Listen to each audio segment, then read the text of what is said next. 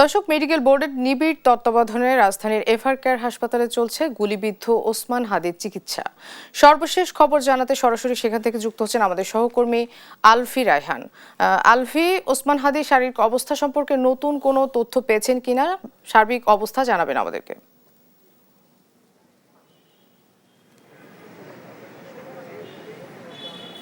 ধন্যবাদ মোনা আপনাকে। আসলে গুলিবিদ্ধ হয়ে ওসমান হাদি এখানে যে অসুস্থ অবস্থায় চিকিৎসা নিচ্ছেন, তার অবস্থা এখনও সেই অস্থিতিশীল রয়েছে, আগের মতোই রয়েছে।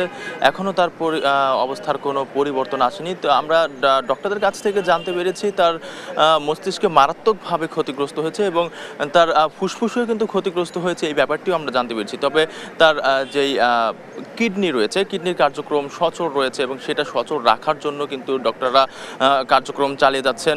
এছাড়া তার যেই শারীরিক অবস্থা, এখন সেই অবস্থা নিয়ে আমাদের কোনো আপডেট এখন পর্যন্ত দেয়নি। কিন্তু তার যেই মেডিকেল বোর্ড রয়েছে, মেডিকেল টিম রয়েছে, তারা কিন্তু একটি মিটিং করেছে। সেই মিটিং থেকে আমাদের আপডেট কিছু দেওয়ার কথা রয়েছে এবং ব্রিফ করার কথা রয়েছে। সেই ব্রিফ করলে আমরা আপডেট আপনাদেরকে জানিয়ে দেব। এছাড়া আরেকটি ব্যাপার হচ্ছে, আমি জানিয়ে দিই, বাংলাদেশের অন্তর্বর্তীকালীন সরকারের প্রধান উপদেষ্টা ডক্টর মোহাম্মদ ইউনূস কিন্তু কালকে ইনকিলাব মঞ্চের সদস্য এবং তার ফ্যামিলির সাথে কথা বলেছেন। তাকে যদি বিদেশে নেওয়ার প্রয়োজন হয় চিকিৎসার জন্য, অবশ্যই তাকে বিদেশে নেওয়া হবে বলে এমনটি আশা দিয়েছেন ডক্টর প্রধান উপদেষ্টা ডক্টর মোহাম্মদ ইউনূস। হ্যাঁ, এই ছিল আমার কাছে এখান থেকে সর্বশেষ তথ্য।